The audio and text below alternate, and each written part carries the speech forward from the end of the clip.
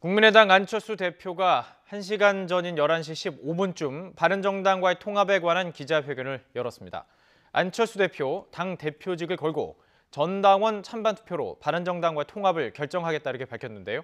자세한 이야기 이동우 YTN 선임 기자 또 김광산 변호사와 함께 이야기 나눠보도록 하겠습니다. 안녕하십니까? 네, 안녕하세요. 안녕하십니까? 자, 이제 조금 전이었습니다. 이제 한 55분 전, 1시간 전쯤에 이제 기자회견을 열었는데요. 그 내용 먼저 들어보고 계속 이야기 나눠보도록 하겠습니다.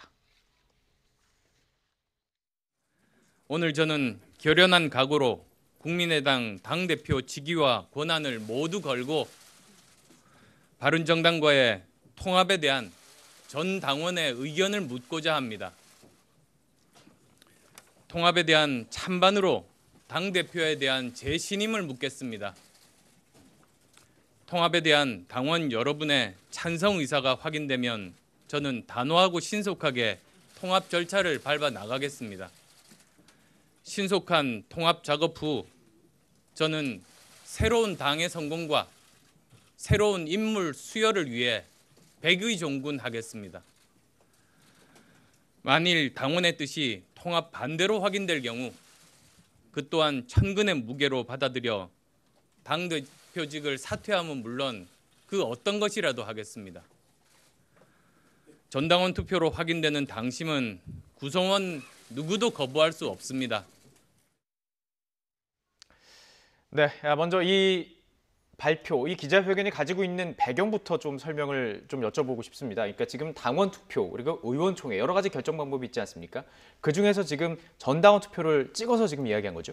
그렇죠. 전반적으로 지금 국민의당 의원이 전부 39명 아니겠습니까? 네. 39명 중에 지금 이 바른정당과의 그 통합에 반대하는 의원들이 한 20여 명 되거든요. 그 찬성하는 의원이 한 10여 명 되고 나머지 한 10여 명 정도가 이제 지금 좀 특별히 이제 의견을 개진하지 않고 있는 뭐 그런 상황인데요. 그렇습니다. 그러다 보니까 이제 의원들 의견만을 보면 반대하는 의원이 이제 더 많다는 것이죠. 근데 전국적으로 그 국민의당 그 이 당원들을 상대로 투표를 해볼 경우에는 전반적으로 지금 안철수 대표의 어떤 그 판단으로는 찬성이 더 훨씬 더 많다. 그런 판단을 하고 있는 것으로 보입니다. 그래서 진짜로 중요한 거는 현역 의원들도 중요하지만 전 당원의 어떤 의견이 중요하다. 그래서 전 당원 투표를 통해서 당원들의 의견을 수렴한 뒤에 만약에 통합에 찬성을 한다면 바른정당의 통합을 밀어붙이겠다. 뭐 이런 보관을 가지고 지금 오늘 이제 전격적으로 결정을 한 것이고 만약에 이것이 이제 부결된다면 본인은 이 대표직도 물러나겠다. 사퇴하겠다. 뭐 이런 얘기인 것이죠. 자, 그렇다면 이걸 지금 승부수를 던졌다라고 표현을 하고 있습니다. 왜 이게 승부수가 되는 걸까요? 근데 안철수 대표 입장에서는 승부수를 던질 수밖에 없을 거예요. 그러니까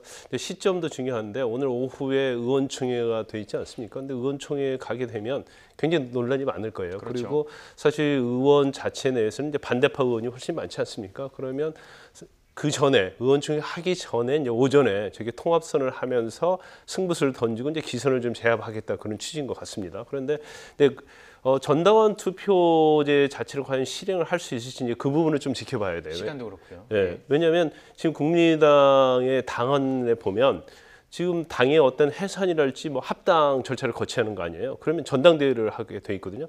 정시 전당대회를 해야 하는 거예요. 그럼 정시 전당대회는 장소를 공고를 하고 거기에 당원들이 다 와서 현장 투표를 해야 하는 거거든요. 그런데 지금 그러면 그 규정을 어떻게 할 것이냐. 단지 전당원 투표를 가지고 이걸 뭐 통합에 근거를 할 수는 없는 거거든요. 네네. 그러면 규정도 고쳐야 하고 여러 가지 뭐 전당 준비위원회 꾸려야 하고 중앙 소집위도 소집을 하고 여러 가지 절차가 필요한데 그런데 지난번 이제 8월에 안철수 대표가 그 대표로 선출될 때는 이제 그런 형식을 취했습니다. 그렇지만 이거 굉장히 중요한 부분이고 아마 안철수 대표는 지금 전당원 투표제를 하는 이유가 전당대회를 하게 되면 회의 진행이랄지 표결이랄지 찬반 그 논의 과정에서 엄청난 문제가 될 수 있고 경우에 따른 물리력을 행사해서 막을 수도 있거든요. 그래서 일단 전당원 투표제를 하겠다고 선언을 하면서 결국 당원 당규를 어떻게 할 것이냐 이제 그런 부분에 대해서 절차를 밟을 것으로 보여요. 자, 그럼 이게 물리적으로 뭐 시간상 여러 가지로 가능한 얘기인가요? 지금 이렇게 전당원 투표를 하겠다는 것이? 뭐 불가능한 거는 아니죠. 어쨌든 뭐 당원이 누군지는 이제 알고 그리고 또 이제 연락처도 알고 있기 때문에 전당원 투표를 통해서 이때 당원들의 그 뜻을 확실히 이제 파악할 수 있다. 뭐 이런 건 뭐 물리적으로는 가능한 일인데 이제 과연 이제 나머지 이제 구성원들이 이에 대해서 얼마나 동의해 줄 것인가. 그리고 아시다시피 오늘 오후 2시에 이 의원총회가 예, 있는데 여기서 이제 나머지 그 호남 쪽 그 지역구를 가진 의원들이 이제 그렇습니다. 전반적으로 이제 예. 반발을 상당히 격렬하게 할 텐데 이런 당내 반발을 어떻게 무마할 것인지 뭐 이런 부분이 좀 앞으로 이제 관건이 될 텐데 오늘 이와 관련해서 안철수 대표는 상당히 아주 그 어떻게 보면 아주 강력한 의지를 내비쳤어요. 예. 그러니까 당이 미래로 가려고 하는 그 길목에서 자신의 이익에만 집착하는 그런 사람들이 있다면 이번에 확실하게 거취를 정리해달라. 은연중으로 지금 그러니까 호남계를 그렇죠. 지적한 거죠. 만약에 예. 그 호남계 의원들이 만약 계속 이걸 반대를 한다면 그냥 탈당해달라. 당을 나가달라고 사실상 직격탄을 날린 셈이거든요. 네네. 그렇기 때문에 일부 호남계 의원들이 설사 그 당을 나간다 하더라도 뭐 그런 부분은 충분히 감수하겠다. 이런 어떻게 보면 이제 승부수를 띄운 것이다. 이렇게 예. 보여주는 것이고 이제 의원 수보다는 의원이 뭐 30명이 40명 이거보다는 차라리 지금 상태에서 어떤 시대 정신, 그러니까 이 어떤 중도 개혁 세력을 통합하고 거기에 이제 보수까지 일부 아우르는 그런 좀 어떻게 보면 좀 더 이제 멀리 내다보는 네네. 그런 승부수를 띄운 것이다. 이렇게 풀이가 됩니다. 그렇군요. 그러다 보니까 지금 이제 승부수, 왜 승부수라는 질문에 대한 답이 좀 나오고 있는 것 같은데 지금 저희가 그 호남권 중진 의원들의 반발에 아주 거센 상태에서 지금 이동호 선임 기자께서 정리해 주신 대로 어느 정도 메시지를 던진 거 아니겠습니까? 반대하려면 나가라. 이 의원총회에서 지금 어떤 얘기가 나올지가 굉장히 중요하겠군요. 그리고 안철수 대표가 그 예. 대전 충청 그 간담회에서 한 얘기가 중요한 부분이 있어요. 그러니까 이 상태로 계속 가게 되면 결국 이제 바른정당에서 자유한국당으로 몇 명이 빠져나가고 그러면 자유한국당의 인원이 좀 많으시잖아요. 그러면 자유한국당이 제1당이 되는 거예요. 그러면 국회의장이랄지 운영위원회에서 어떤 주도권을 지금 여당인 더불어민주당이 가질 수 없게 될 것이고 그러면 더불어민주당도 몸집을 불리기 위해서 이제 국민의당 의원을 빼갈 것이다. 그럼 예. 결국 국민의당이 됐건 바른정당이 됐건 이제 어떻게 보면 존립에 있어서 굉장히 문제가 된다는 것이죠. 그러기 전에 이제 선수를 쳐서 통합을 해야 한다 이제 그런 취지로 이 얘기를 했어요. 그런데 사실 지금 국민의당에 지금 안철수 대표가 사실은 본인 자체가 어떤 권유를 가지고 그러지 않아요. 왜냐하면 호남 중진이들할지 호남 의원들이 계속적으로 공격을 했기 때문에 이미 당내에서는 이제 본인이 뭐 리드를 하고 갈 수 있는 그런 상황 아니라고 봅니다. 그러면 결과적으로 국민의당을 이대로 끌고 갈 수 있는 상황도 아니고 또 끌고 갔을 때 결국은 존립에서 좀 문제가 될 수 있어요. 그러니까 본인 자체는 본인을 위해서도 마찬가지로 당에서 일부 통합에 찬성하는 그런 의원들이랄지 세력을 가지고 바른정당 통합을 하게 되면 이제 중도 보수라는 그런 세력을 통합하게 되고 거기서 이제 본인이 네. 어떻게 보면 리드를 하는 거고 경우에 따라서는 멀리 장기적으로 생각하면 뭐 보수 후보와도 어떤 통합 아니면 단일화를 해서 다음 대통령 선거에서 이길 수 있다는 그런 계산을 하고 있는 것으로 보여요. 그러니까 그렇군요. 예. 안철수 대표 입장에서는 지금 가는 방향으로 지금 갈 수밖에 없고 본인이 이미 결단을 내리고 네. 무조건 밀어붙이시기를 하고 있는 거죠. 예. 자, 그런 시나리오, 멀리 보는 시나리오를 보고 지금 움직일 수 있다라는 말씀을 해주셨는데 지금 어쨌든 간에 만약에 뭐 찬성이 돼도 백의 종결하겠다.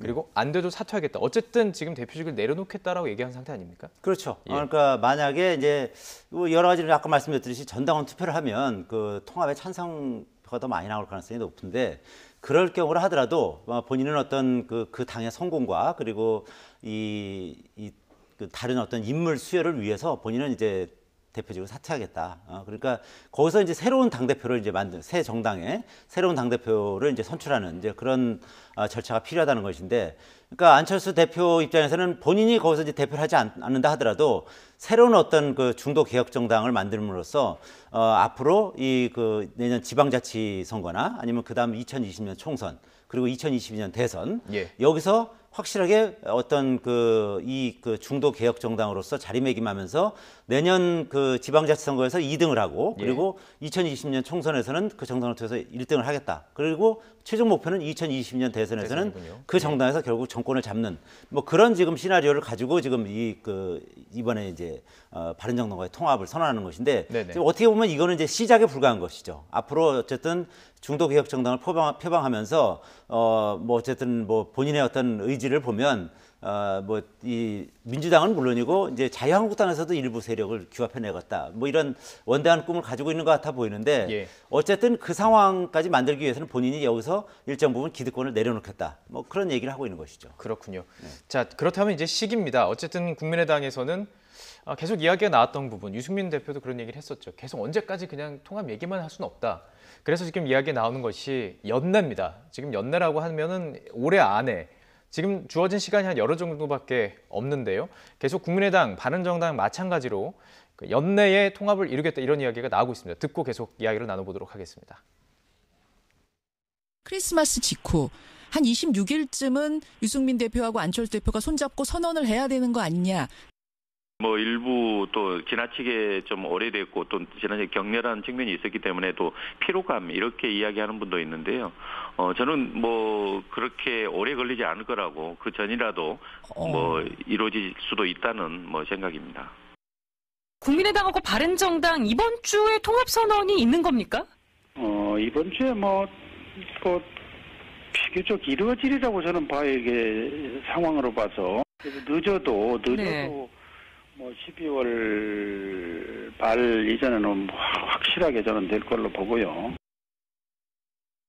이달 말 안에는 뭔가 우리가 결정을 해야 된다고 지금 다 국민이 이제 하고 있기 때문에 뭔가 가시적인 효과가 나올 거라고 봅니다. 지난 한 달 동안 이제 한국당과도 많이 노크를 해봤지만 그게 여의치를 않았고요. 사실 뭐 당대당으로 뭔가 연결해서 하기에는 이미 때를 놓친 것 같습니다.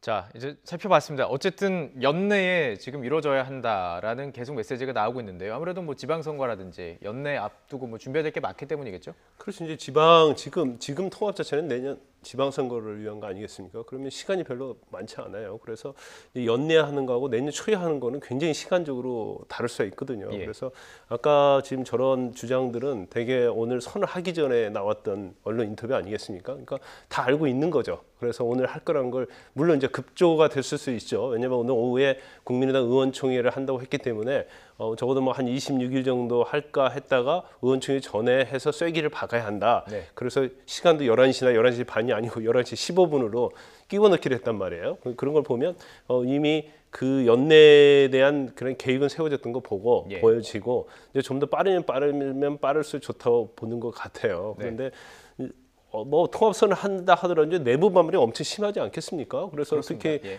반대파 입장에서는 전당대회를 거쳐야 한다는 주장을 계속 할 것이고 만약에 통합선언을 통합에 대한 당원의 찬반을 묻는다 하더라도 전당대회를 정식으로 거쳐야지. 만약에 간이 형식으로 해서 ALS나 온라인으로 투표를 하게 되면 법적으로도 문제 있을 수 있어요. 그러면 통합하는 데 있어서 어떤 전당의 당원에 유배했다는 것 자체가 또 빌미를 삼을 수 있기 때문에 이제 그 부분을 어떻게 해결하느냐 그거에 따라서 속도가 좀 결정될 것으로 보여요. 그렇습니다. 거기에는 이제 바른정당의 사정도 좀 상당 부분 이제 작용한 것 같습니다. 왜냐하면 아시다시피 이제 유승민 대표가 올해 안에 어떤 통합과 관련해서 이제 가시적인 결과를 내놓겠다. 그런 결과가 나오지 않으면 뭐 일부 의원들 마음대로 해라. 그래서 자유한국당으로 돌아가려고 하는 의원들도 일부 있거든요. 제가 알기로도 한 4-5명의 그 바른정당 의원 가운데 4-5명은 자유한국당으로 돌아가기를 오히려 그걸 더 선호하는 측면도 있는 의원들이 있거든요.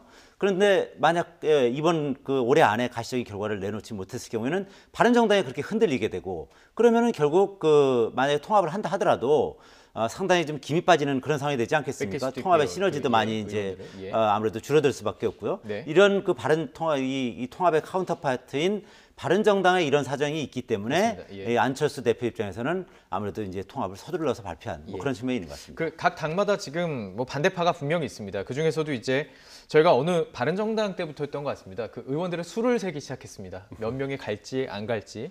국민의당도 그것 때문에 저희들이 이제 그 수를 이제 조금씩 세보고 있습니다.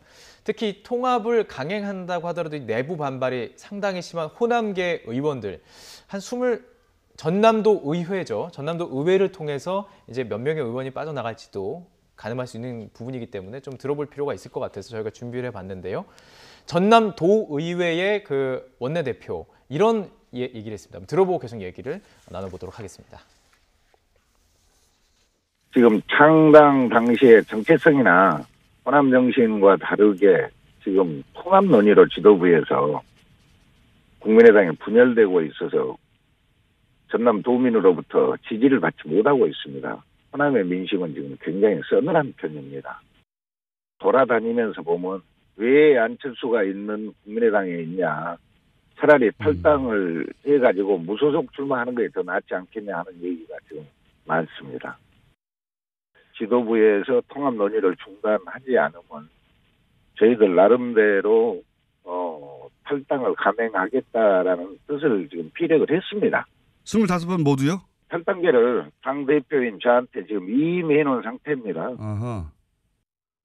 자, 전남도 의회에서는 지금 25명 모두 나갈 수도 있다라는 얘기입니다. 그렇다면 국민의당 지금 국회의원들을 대입을 해본다면 전부 다 나갈 수 있을까요? 어떻게 보십니까?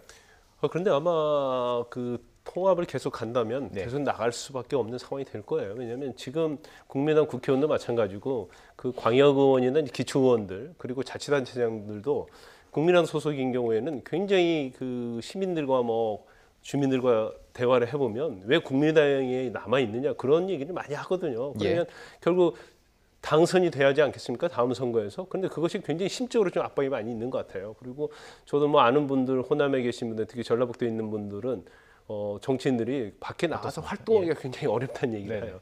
그만큼 만약에 바른정당 자체는 원래 뭐 새누리당에서 나온 그러한 의원들 아닙니까? 그러면 사실 호남인에 볼 때는 그걸 과연 호남에서 지지할 수 있는 세력이라고 볼 수 없는 거거든요. 더군다나 이제 중도 보수 통합으로 가게 되면 중도 보수라는 그러한 이념 자체가 호남 정신과 좀 맞지 않는다고 생각하는 거죠. 더군다나 김대중 대통령부터 시작해서 호남의 정신이라는 것은 굉장히 진보적인데 중도개혁 세력에 대해서 우리가 표를 줄 수 있는가, 표를 줄 수 없다. 그러면 사실 내년 지방선거를 준비하는 그 후보자들 같은 경우에는 굉장히 심적으로 어떻게 할지 모르는 거예요. 더군다나 통합을 하게 돼버리면 이제 어떠한 선거에서 당선의 가능성을 굉장히 희박하게 보는 거죠. 그래서 결국 탈당을 해서 무소속을 하든지 아니면 뭐 더불어민주당에서 만약 받아주면 더불어민주당 들어가서 경선에서 출마를 해야지 당선 가능성이 어느 정도 볼 수 있지. 이렇게 통합한 상태에서 가만히 있다가 그런 통합당의 어떤 간판을 들고 출마한다? 그건 가능성이 전혀 없다고 보는 거죠. 가장 민감한 게 사실은 정치인들이거든요. 이제 그 부분을 얘기하는데 저도 뭐 지역 내려가서 보면 상당히 동감하는 부분입니다. 그렇습니다. 자, 오늘 이후에 뭐 한 내일 정도 되면 이런 기사 나올 것 같습니다. 몇 석을 차지할 수 있을 것인가? 만약에 만든다면요? 어떻게 전망하십니까? 글쎄요. 뭐 지금 호남 지역의 국회의원이 한 23명 정도 됩니다. 그러니까 국민의당이에요. 그런데 그 중에 한 3명 정도는 이제 통합에 찬성하는 것이고 만약에 한 20여 명 정도가 이제 반대하는 것 같아요. 그렇다고 해서 20여 명의 의원이 다 탈당할 것인가? 그 부분은 좀 의문입니다. 그리고 이제 비례대표 같은 경우는 탈당을 하게 되면 이제 의원직을 잃게 됩니다. 그렇기 때문에 비례대표들은 탈당하기가 이제 거의 불가한 입장인 그리고 이미 것이고. 지역구에 지금 민주당에서 누가 있느냐 이런 것도 상당히 중요하지 않겠습니까? 그리고 그 실제로 만약 탈당을 한다 하더라도 민주당에서 받아줄 것인가 그 부분도 좀 의문이긴 합니다. 왜냐하면 민주당에서 다 지난해 총선에서 아주 치열하게 이 선거를 치렀던 인물들이 다 민주당에 지금 다 있는 거 아니겠습니까? 그 인물들은 차기 총선에서 이제 본인이 당선되려고 지금 여러 가지 준비를 하고 있는데 국민의당 의원들이 이제 민주당으로 들어오는 것에 대해서 이제 강력히 반발할 것이란 말이에요. 그리고 민주당의 전반적인 분위기도 이 국민의당 의원들을 뭐 의석수를 늘리기 위해서 영입하는 것에 대해서 좀 부정적인 측면이 꽤 있는 것 같습니다. 그렇기 때문에 이 의원들이 탈당을 한다 그래도 민주당으로 바로 가는 것은 여러 가지 상황으로 봤을 때 뭐 쉽지는 않을 것 같고요. 그렇다고 하면은 하나의 원내 교섭단체를 만들어야 되거든요. 그래서 원내 교섭단체를 만들어서 뭐 별도의 어떤 뭐 당을 만드는 뭐 내년 지방 선거를 이제 대비해서 별도의 당을 만드는 이제 그런 안이 있는데 과연 얼마나 이제 구심점이 있을지 하게 되면 이제 천정배, 뭐 정동영, 박지원 의원 이런 분들이 이제 중심이 돼서 이제 당을 만들어야 할 텐데 저는 가능성이 그다지 높진 않다. 그렇게 봅니다. 왜냐하면 아까 안철수 대표도 얘기를 했지만 뭐 지금 이 호남의 정신도 어떤 새로운 어떤 개혁 정신 그리고 기득권 타파 뭐 이런 것을 이제 강조했다는 거 아니겠습니까? 그렇기 때문에 어떻게 보면 이제 호남의 어떤 이제 탈당하는 의원들을 이 기득권에 연연하는 뭐 구태 정신 이런 식으로 지금 이제 프레이밍을 하고 있단 말입니다. 그래서 그런 면에서 만약에 이제 이 호남 의원들이 탈당을 하게 되면 이제 일부에서는 이제 그렇게 볼 수 있는 시각이 있는 거죠. 이제 기득권에 연연한다. 이제 그런 시각이 있을 수 있기 때문에 이 호남 지역 의원들이 얼마나 많이 탈당할 것인지 그 부분은 좀 뭐 지켜봐야 될 것 같습니다. 가더라도 몸값이라고 표현을 좀 하겠습니다. 몸값을 높이고 싶은 것도 사실일 테고요.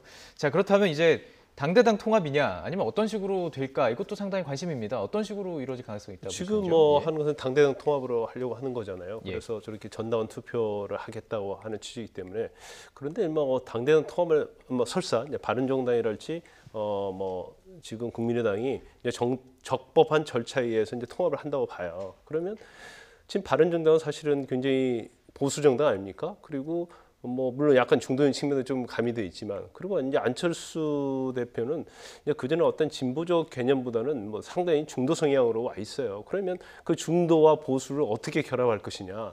그러면 바른정당의 유승민 대표도 상당히 본인의 이제 개성이 좀 강하고 본인의 주장이 굉장히 강한 편 아닙니까? 그러면 그러한 것들을 어떻게 이걸 한 용광로에 섞어 놓을 것인가? 그분도 굉장히 중요한데, 그러면 당의 이념과 정체성에 관련해서 당헌 당규를 만들어야 한단 말이에요. 근데 그거 자체 시작부터가 제가 볼 때는 굉장히 삐끄덕거릴 가능성이 크다. 왜냐하면 거의 뭐 이념과 정체성이 다른 부분이 있거든요. 더군다나 만약에 호남의 뭐 일부 의원이라도 그 통합하는데 탈당하지 않고 따라간다고 한다면 그 내용은 엄청나게 심할 겁니다. 그래서 이제 뭐 아까 말씀하신 것처럼 시작에 불과하지, 설사 양 당이 통합한다고 결정이 난다 하더라도 그 이유는 아무튼 뭐 펄펄 끓는 물처럼 엄청난 핫 이슈 되는 것들이 많을 거예요. 그리고 이제 유승민 대표, 안철수 대표, 어쨌든 대권에 도전했던 두 사람이 함께 뭉친다면 뭉쳐지는 거 아니겠습니까? 그래서 지금 이야기가 나오는 것이 손학규 국민의당 상임 고문입니다. 미국에 계신데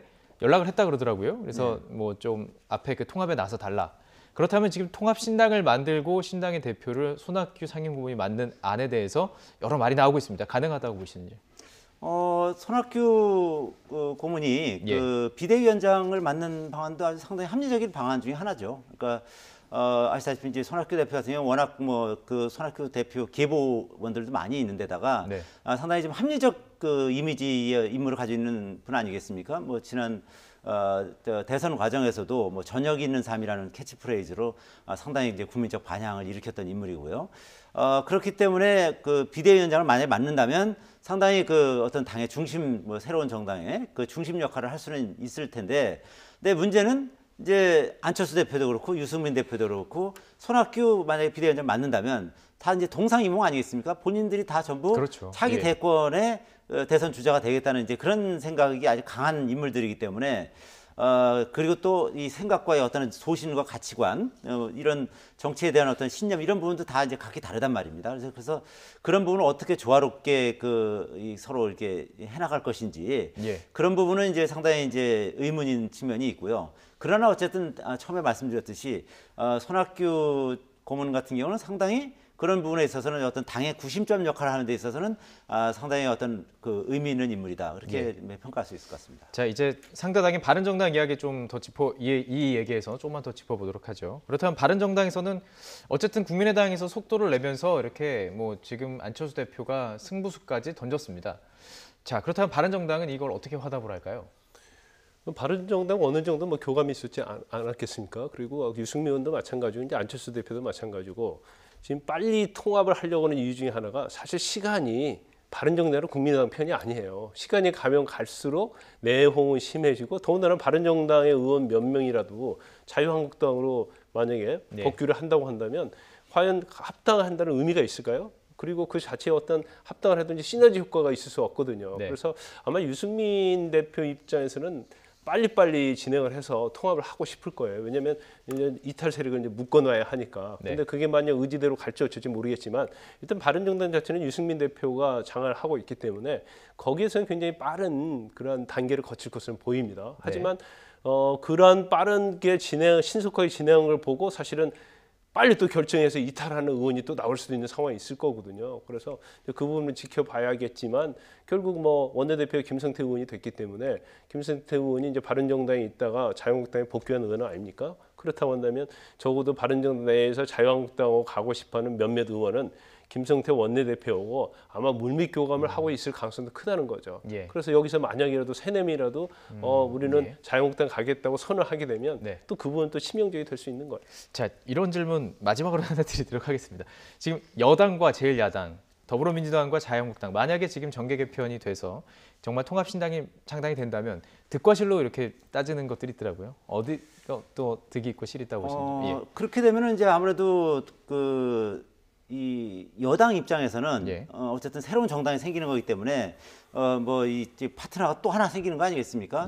다당제가 되는 건데, 그렇게 되면 아무래도 이제 여당으로서는 이제 전국 운영하는 데 있어서 이제 어려움이 있을 수가 있겠죠. 그리고 특히 이제 자유한국당 입장에서는 어쨌든 이 새로운 정당이 만약에 생긴다고 했을 때는 거기에 이제 보수를 표방하는 바른정당도 들어가는 거 아니겠습니까? 그렇습니다. 그러니까 지금 자유한국당의 어떤 이미지가 지금 상당히 어떻게 보면 이제 보수 꼴통 이미지가 상당히 강한데 그렇게 되면 새로운 정당이 어떻게 보면 이제 보수까지 상당 부분 흡수하면서 자유한국당의 영토를 상당 부분 잠식할 가능성이 있거든요. 그래서 자유한국당 입장에서는 상당한 위기감을 느낄 수 있는 것이죠. 그래서 새롭게 혁신하지 않는다면은 이 새로운 정당이 상당 부분 이 자유한국당의 어떤 이 지분을 계속 잠식하면서 내년 그 지방선거에서도 상당한 위험 요소로 작용할 가능성이 있고 지금 아마 안철수 대표나 유승민 대표도 그 여당보다는 이 자유한국당의 어떤 지분 그쪽을 상당 부분 이제 노리면서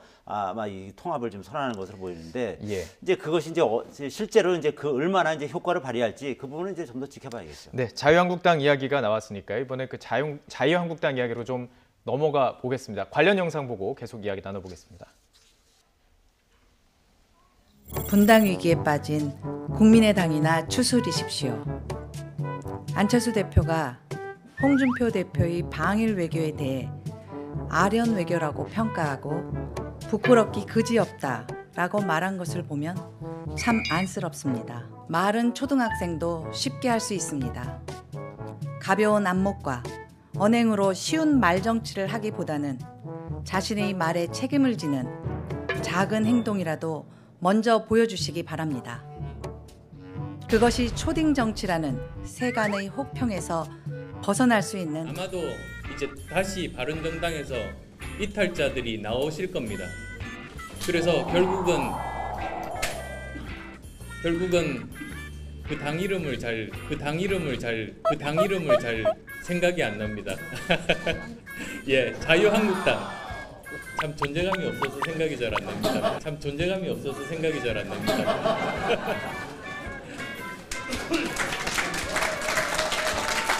참 안쓰럽습니다. 자유한국당 초딩 정치라는 세간의 혹평에서 참 존재감이 없어서 생각이 잘 안 납니다. 네, 조금 전에 우리 이동우 선임 기자께서 얘기했던 것처럼 이제 안철수 대표 측에서는 자유한국당의 어떤 지분을 좀 가져오려고 한다고 얘기했는데 지금 영상 구성에서도 좀 그런 면을 볼 수가 있었습니다. 자, 이 자유한국당은 지금 어쨌든 물갈이 작업이라고 표현을 해도 될까 모르겠습니다. 지금 어쨌든 지금 감사를 통해서 당협위원장 교체가 이루어지고 있고요. 또 지금 최고위원까지 지금 인적 구성이 바뀔 수밖에 없는 타이밍 아니겠습니까? 그렇죠. 일단 뭐 제일 중요한 것은 이제 홍준표 대표는 제가 볼 때는 사당화를 위해서, 그러니까 당을 장악하기 위한 그런 방법도 하나가 되고요. 지금 당의 어떤 인적 쇄신, 또 이미지 쇄신하기 위해서 이제 인적 쇄신이 필요하다는 걸 국민에게 보여줘야 하거든요. 그런데 일단 원내대표 선거에서 김성태, 친홍으로 분류되는 이제 김성태 의원이 원내대표가 되기 때문에 일단 원내도 거의 장악했다고 볼 수 있죠. 그렇죠. 일단 두 자리는 경선을 통해서 원내대표와 정책위장이 교체가 된 거고요. 그런데 이제 당을 자체를 이제 장악하기 위해서는 이제 최고위원을 완전히 장악해야 하거든요. 그런데 일단 당무감사를 통해서 당협위원장에 대한 대대적인 교체를 지금 애고하고 있지 않습니까? 그러면 결국 당협위원장의 어떤 존재 자체는 내년 지방선거랄지 아니면 다음 총선에 있어서도 굉장히 중요한 자리거든요. 그래서 아마 당협위원장과 관련해서 부적격자에 대해서는 아마 친논과 관련된 그런 사람들이 당협위원장으로 들어갈 가능성이 크다 이렇게 볼 수 있고요. 그런데 사실 당에서 중요한 결정을 하려고 하면 최고위원회 의결이 있어야 돼요. 그런데 현재 최고위원회 어떤 구성을 보면 홍준표 대표가 마음대로 할 수 있는 그러한 구조가 아니거든요. 특히 이번에 이제 당무감사를 통해서 류여해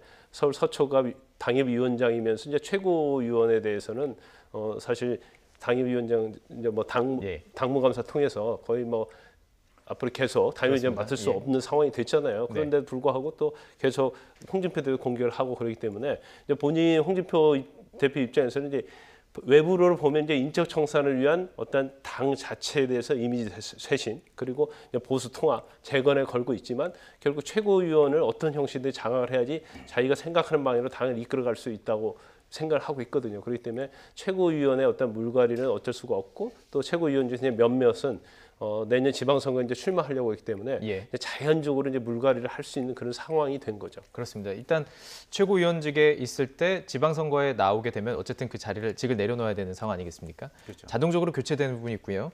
류여해 최고위원은 지금 당협위원장직을 박탈당했고 징계위까지 열리게 됩니다. 왜 이게 열리는 건가요? 특히 당협위원장을 박탈당하고 나서 홍준표 대표에 대해서 아주 뭐 원색적인 비난을 특히 SNS를 통해서 그렇죠. 예. 아주 특히 이제 페이스북이라든지 이런 걸 통해서 상당히 강하게 지금 홍준표 대표를 비난하고 있거든요. 굉장히 이런 부분이 그렇죠. 좀 지나치다 이렇게 판단을 하고 지금 일단 이제 당 윤리위에 이제 좀 제소를 하는 상태고 거기서 이제 어떤 결정을 할지는 좀 봐야겠습니다만 글쎄 뭐 이 정도 사안 가지고 뭐 원래 이제 그 징계라는 게 이제 경징계도 있고 이제 중징계도 있습니다만 이 정도 사안 가지고 뭐 중징계까지 하지는 않을 것으로 뭐 예상이 되긴 합니다만 어쨌든 홍준표 대표 입장에서는 이에 대해서 어떻든 징계를 통해서 확실하게 이 기강을 잡지 않을 경우에는 본인의 리더십에 큰 상처를 입을 수밖에 없다. 뭐 이런 판단을 한 것으로 보입니다. 그럼 이 경고성으로 일단 뭐 아마 길들이기라고 제가 볼 보기에는 수 그렇습니다만 있을까요? 만약에 이 정도 사안 가지고 만약에 뭐 중징계를 한다고 했을 때는 여론의 역풍을 받을 가능성이 꽤 있거든요. 제가 볼 때 이제 그럴 가능성도 충분히 있는데 제일 중요한 부분은 이제 최고위원이 유예위원이 지금 아직 있지 않습니까? 근데 사실 최고위원이 되면 언론 스포트라이트를 많이 받아요. 그렇죠. 그럼 계속적으로 홍준표 대표를 저희도 공격하고 매일 아침 그 녹취 찾아서 그렇죠. 그리고 때문에. 자유한국당에 대해서 공격할 가능성이 크다고 봐요. 그러면 결국 유연의 입을 막아야 하기 때문에 뭐 경고나 그런 것보다는 일단 최고위원 자리에서 내려오는 것이 아마 목표일 가능성이 크다고 봅니다. 그러면 결과적으로 중징계를 생각하고 있지 않나 싶어요. 그러면 적어도 당원권 정지랄지 제명이랄지 아니면 탈당 권유를 해야지 사실 최고위원 자리에서 끌어낼 수가 있는 거거든요. 그런데 계속적으로 최고위원 자리에 놓게 되면 앞으로 향후에 있어서 뭐 전에도 마찬가지죠. 유해 의원이 뭐 보수 단체들의 어떤 집회나 단체 가서 집회에 참석해서 울고 막 그런 것들을 SNS 통해서 막 생중계하고 그런 것들이 당의 이미지에 굉장히 훼손되고 있다고 생각하는 거예요. 그렇기 때문에 뭐 제가 볼 때는 자유한국당 입장에서는 어떤 형식이든지 홍준표 대표는 유해 의원을 최고위원을 더 이상 유지 못하게 하려는 그런 의도가 있을 가능성이 크다고 봅니다. 물론 이 그 당무 감사 과정이 그 정량화를 통해서 커트라인을 했다고 얘기하고 있지만 어쨌든 친홍준표계로 계속 이렇게 장악해 나가는 것, 홍준표 대표의 리더십을 장악해 나가는 것은 좀 분명히 보이는 게 사실인 것 같습니다. 자, 그런데 그 과정 속에서 극복해야 되는 부분이 있습니다. 당협위원장직을 박탈당한 한국당 전직 의원들의 반발도 만만치가 않습니다. 박민식 전 의원은 일명 그 친홍을 향해 신문고리 3인방이다 이렇게 비판하기도 했고요. 김희정 전 의원의 발언도 상당히 강했습니다. 같이 들어보시죠. 자폭과 다름없는 숙청을 자행하고 있는 홍준표 대표와 그 곁에서 하이에나 마냥 떨어진 살점을 노리는 신문고리 3인방의 행태를 비판하기 위해 이 자리에 섰습니다. 일부의 사리사욕 때문에 당을 지켜온 사람이 내쫓기고 해당 행위를 일삼는 자가 자리를 차지한다면 지금 자유한국당이 펼치는 노력을 과연 당원들과 국민들이 뼈를 깎는 혁신으로 인정해 줄 수 있겠습니까? 이 문고리 3인방은 사실 자유한국당에 있어서 가슴 아픈 단어임에도 불구하고 여기다 썼습니다.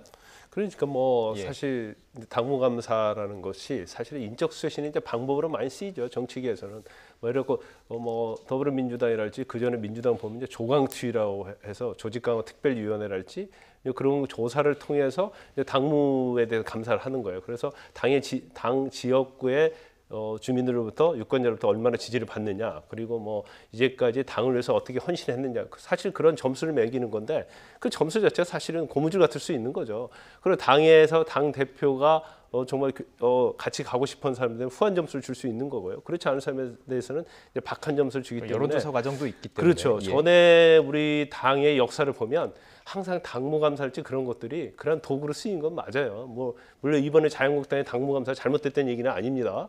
그렇기 때문에 본인이 자체는 나는 뭐 의원으로서 최고위원으로서 아니면 당협위원장으로서 정말 잘해왔는데 당무감사라는 잣대를 들이대서 나를 갖다 척결하려고 한다? 그런 건 이제 받아들일 수 없죠. 왜냐하면 그렇게 되게 되면 사실 자기의 정치 생명 그리고 다음 선거에서는 사실 출마하기 어렵거든요.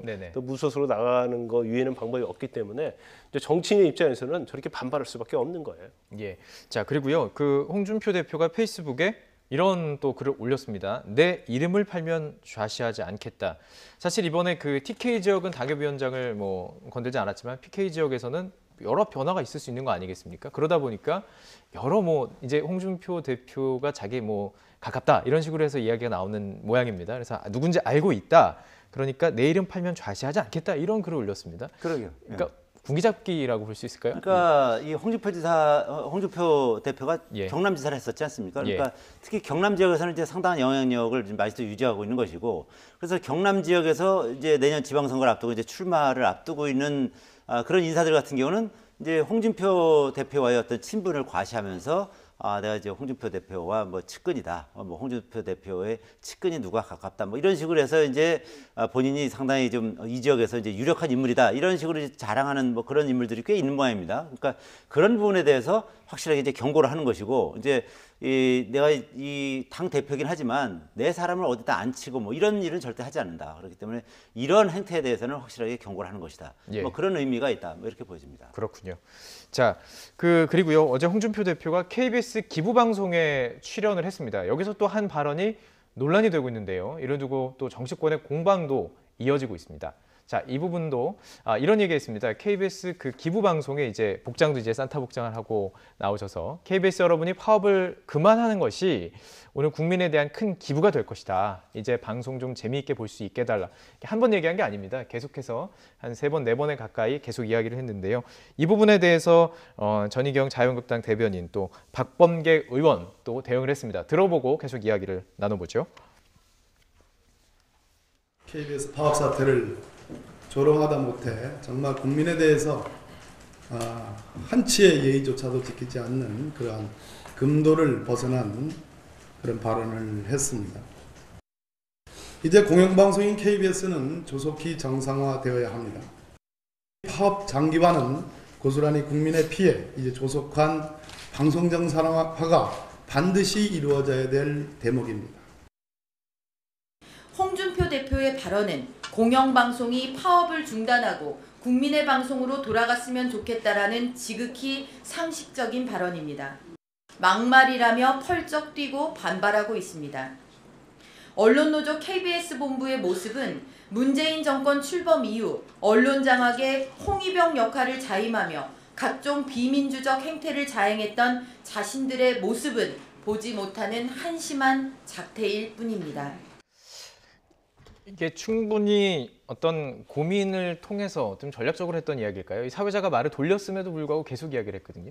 그 홍준표 대표가 의도성이 있는 거죠. 그리고 미리 아마 저 행사에 참여를 하기 전에 아마 본인이 생각하고 갔을 겁니다. 그런데 사실 저 자리가 뭐 그냥 일반적인 어떤 정치인 자리도 아니고 방송하는 자리가 아니에요. 그 연말에 불이웃돕기 기금을 모금하는 자리거든요. 그러면 사실 굉장히 뭐 신성하다고 볼 수도 있고 기부 자체에 대한 의미를 부여할 수 있는 자리인데 이제 저기에서 정치적인 저런 얘기 같은 건 맞지 않는 것 같아요. 더군다나 KBS 파업 자체는 노조에서 결정하고 또 적법하게 파업을 하는 거 아니겠습니까? 적법하게 파업하지 않았다고 한다면 공권력이 투입이 됐겠죠.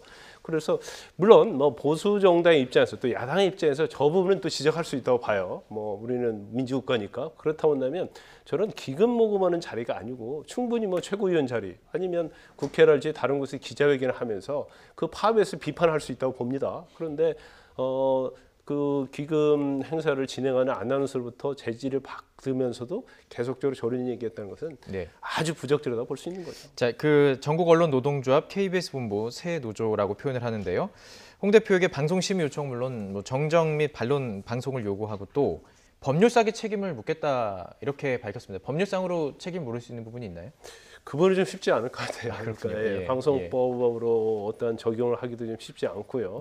뭐 경우에 따라서는 뭐 우리가 기금에 관해서 기부금을 모집하는 과정이기 때문에 저런 식으로 해서 과연 업무 방해를 했는가? 그러면 사실 그 구성 요건에 딱 들어맞지 않거든요. 그렇기 때문에 또 뭐 저 자체에 대해서 정정을 한다거나 이제 그럴 수 있는 것도 아니에요. 왜냐하면 어떤 발표를 하고 신문에 뭐 기고를 하고 그런 것들이 아니기 때문에 그래서 저것은 언론 노조가 뭐 홍준표 대표에 대한 이제 반발, 분노해서 이제 저런 얘기를 하는 것 같은데 법적으로는 크게 뭐 처벌할 수 있는 상황은 아닌 것 같습니다. 알겠습니다. 자, 이제 좀 화제를 바꿔서 이제 마지막 주제 좀 다뤄보도록 하겠습니다.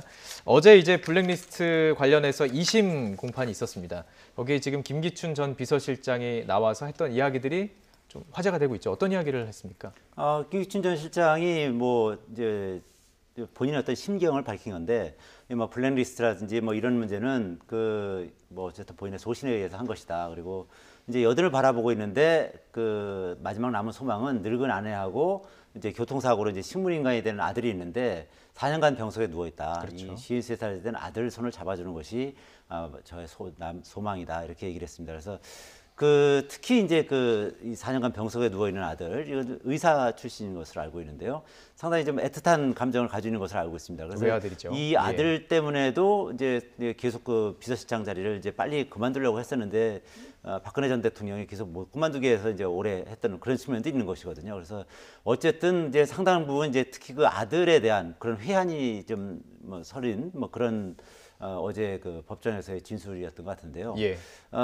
어쨌든 이 김기춘 전 비서실장이 이런 전반적인 어떤 블랙리스트든지 화이트리스트든지 예. 이런 것을 전부 제가 총괄을 했습니다. 그러면서 이런 모든 죄를 물리려면 저한테 물려주시고 제 부하 직원들은 가급적 선처를 부탁한다. 이런 말도 했습니다. 예. 자, 정리를 좀 이제 해보면요. 이제 김 변호사님, 이게 메시지가 분명히 있는 것 같습니다.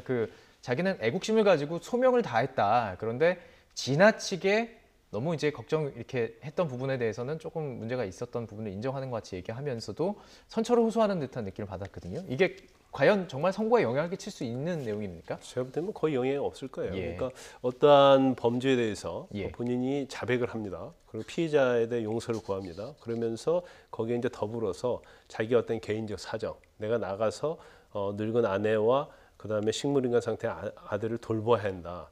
그런 경우는 굉장히 영향이 있을 수 있죠.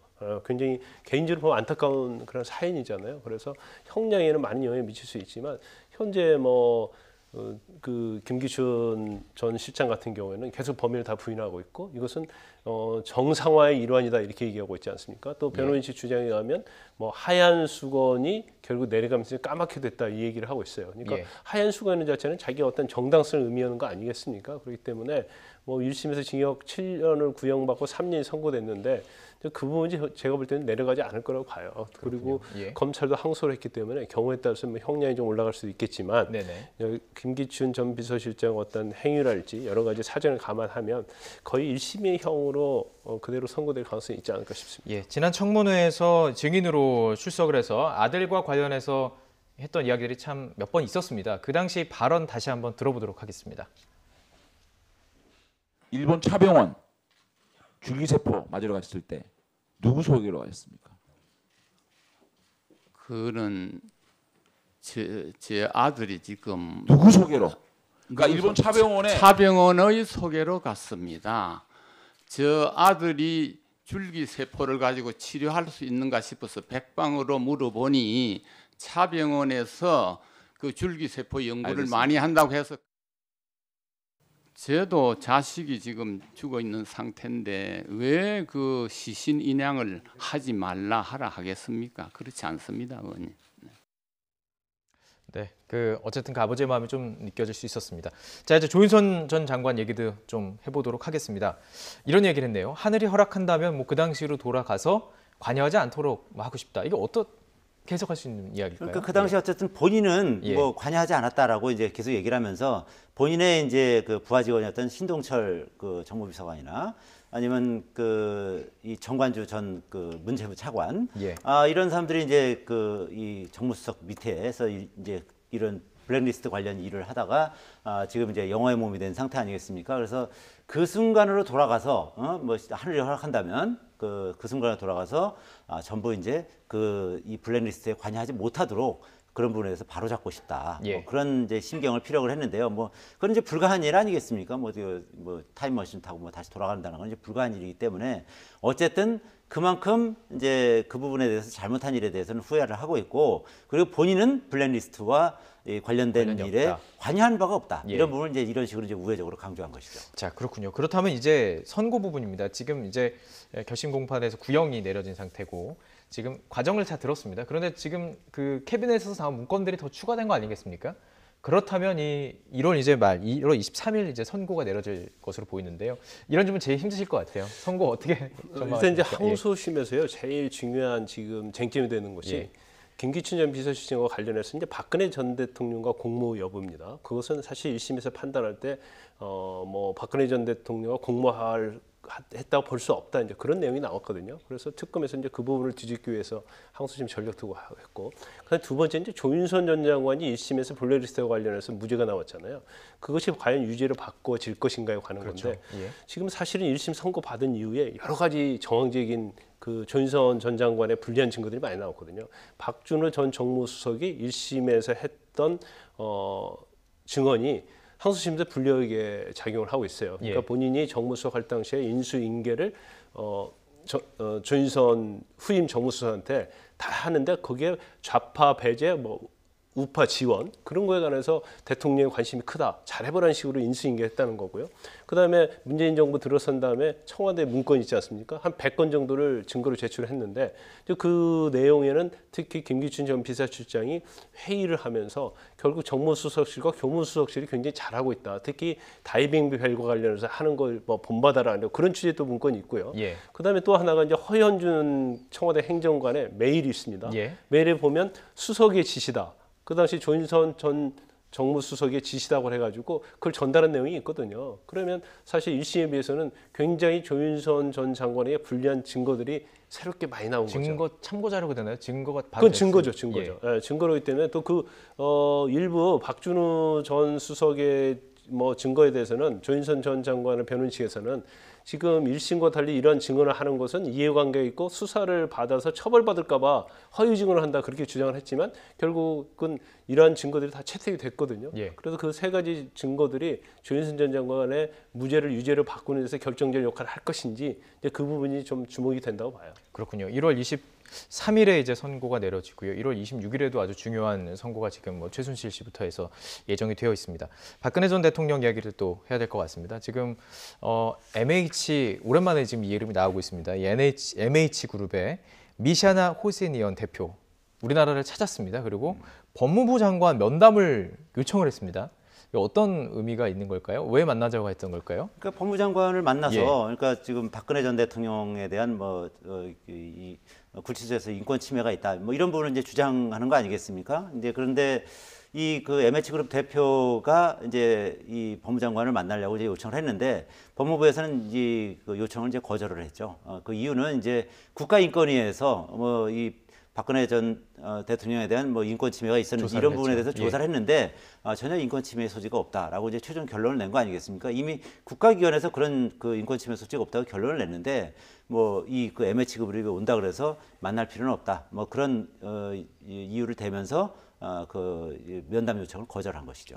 그런데 이거 국제그룹이라고 해서 이렇게 한 나라 장관인데 면담을 신청해서 이렇게 만나고 이런 일이 있나요?